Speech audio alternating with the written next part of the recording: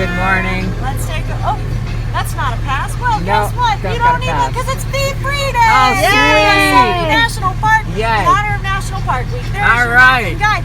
This bookmark is your pass for today and Yay. tomorrow. But Monday, we'll take $30 from you. So Sweet. just know that. Enjoy your parks. Thank you very Have much. a great day. Okay, bye-bye. Wow. Really nailing it today. Haven't paid the camp, haven't paid park.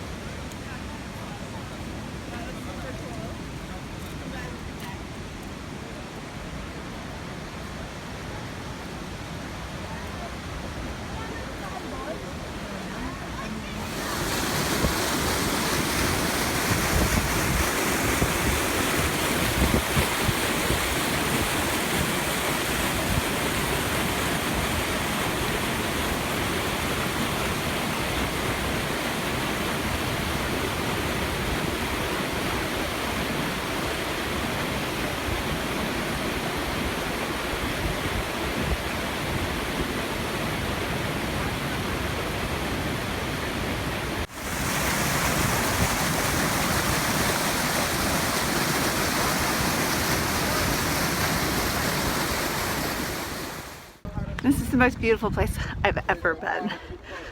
So I'm heading to the Ansel Adams gallery. There's a photography class. It's a 4-hour conceptual class where you actually go to the places where Ansel stood to take his famous photos, and it's kind of an interpretation class, and you're looking at light and shade and composition. So to be here in this place and have that opportunity, it just happened to be held today. So I'm super excited. It's a 4-hour class and we're going to be walking through the valley quite a bit. So I'll try to get little snippets of that. And I'm going to put together a collection of footage from this experience in the park. It's stunning. It's beyond stunning. I mean, I've been to some beautiful places in my life. The Amazon jungle, in a dugout canoe, in the fjords in South New Zealand, and northern BC, which is in the Rocky Mountains, one of the most beautiful places in the world, but this is truly like jaw-dropping, gobsmacking, like awe. Amazing. Yeah, I think the camera will flatten it a little bit, but I'll show you what I got. If you were into geology, you'd go on a geology hike with the geologist, and if you were into plants, you'd go out with the botanist, and whoever wants to photograph, they can go out with young Ansel here. He's helping lead these trips. This one here, they're coming down Elizabeth Pass, which is way out in the backcountry here, and they also had plenty of fun. Imagine, again, there's no carbon fiber, there's no aluminum, there's no anything. They're setting up a tent city that kind of works its way around the wilderness. There's plenty of food, there's plenty of wine, there's plenty of fun to be had by all. So, on many of these trips here, you'll find this is actually Ansel's hand-lettered poster. This is where you're gonna be most creative, is your backyard, your park, your whatever it is that's around you. And there's an image I wanted to show. I took this one down in the Sequoia Grove, which is unfortunately closed for the big restoration project they're doing, but I wanted to talk a little bit about leading lines and border elements. So this one here, that one's down in the Sequoia Grove, and when we're talking about a sense of height, a sense of depth, a sense of color, Ansel talked in these abstract senses, in that, you know, you can photograph anything, but what I want to do is I want to give you a sense of what, solitude in the forest. I want to give you a sense that we're working with something like height we're working with. You know, when you photograph a building from far away, I can do an abstract of a window with a long lens. Well, that doesn't tell you how big the thing is. It could be a giant building. Well, if I go too far away, all it is just part of another cityscape, and I can't really get the essence of the building. It's very hard to photograph in between. Well, in this case, what we have, contrasts. It's a low contrast image.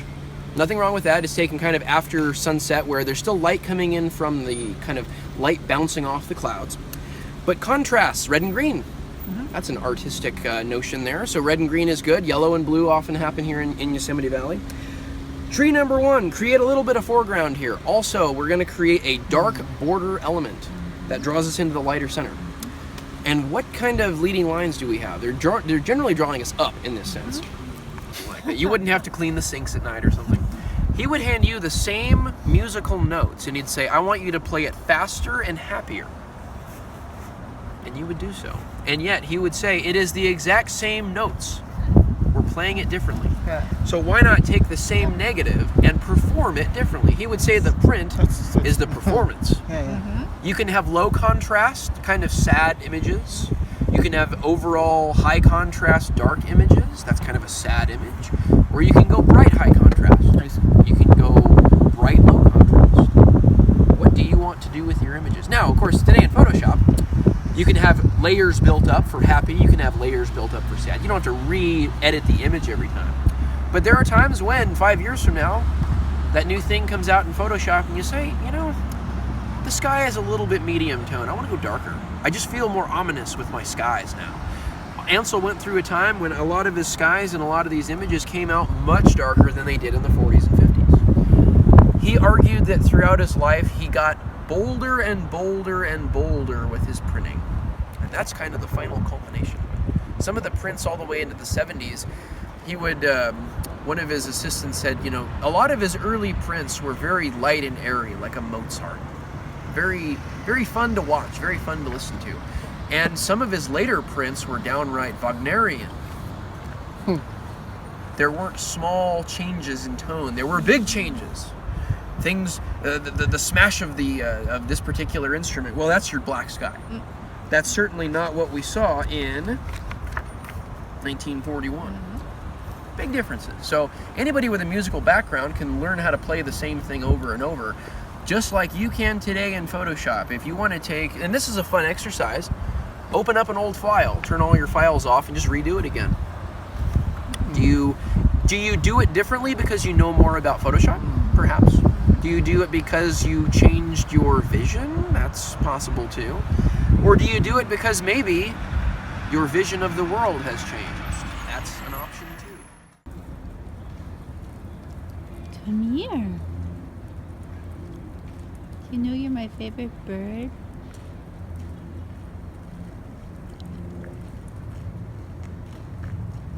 You are. You're my favorite. I have a nut for you. Looks like a storm's a brewing.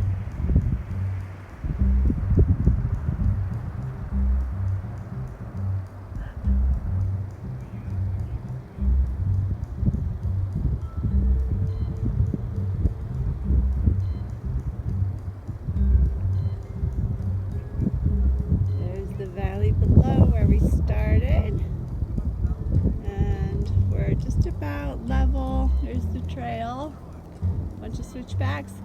We're just about level with the falls. I'm kind of behind the tree so you can't really see it. Here, let's just cruise up here so you can see it. And yes, I didn't bring any hiking shoes, so 8 miles in my flip-flops. Beautiful madrona trees. Here's the trail, which is really cool.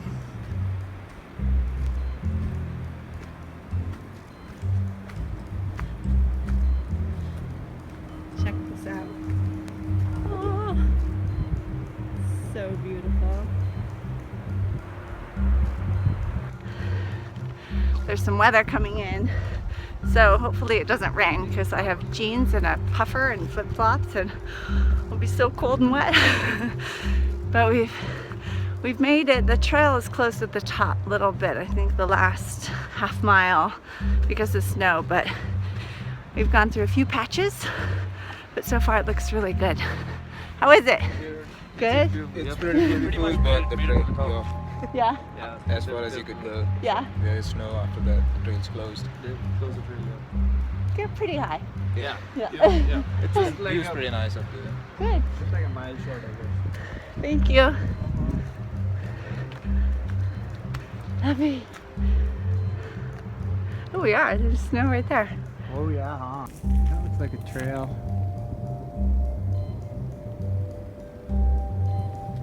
Going across that shelf.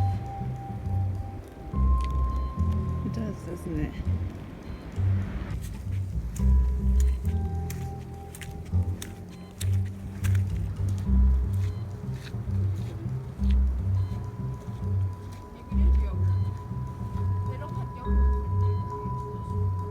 And that is why I married him.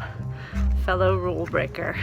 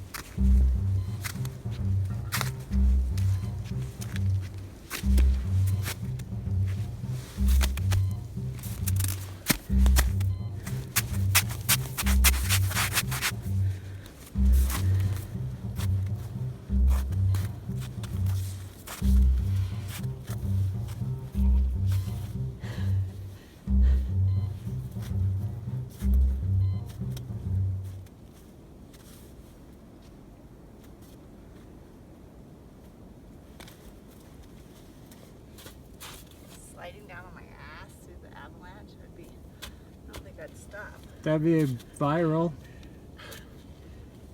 This is really sketchy. Like,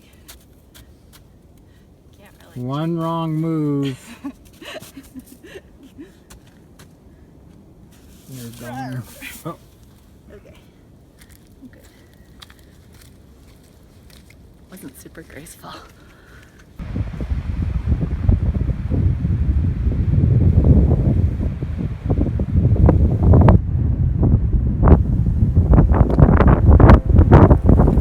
Around the squall storm that's blowing in.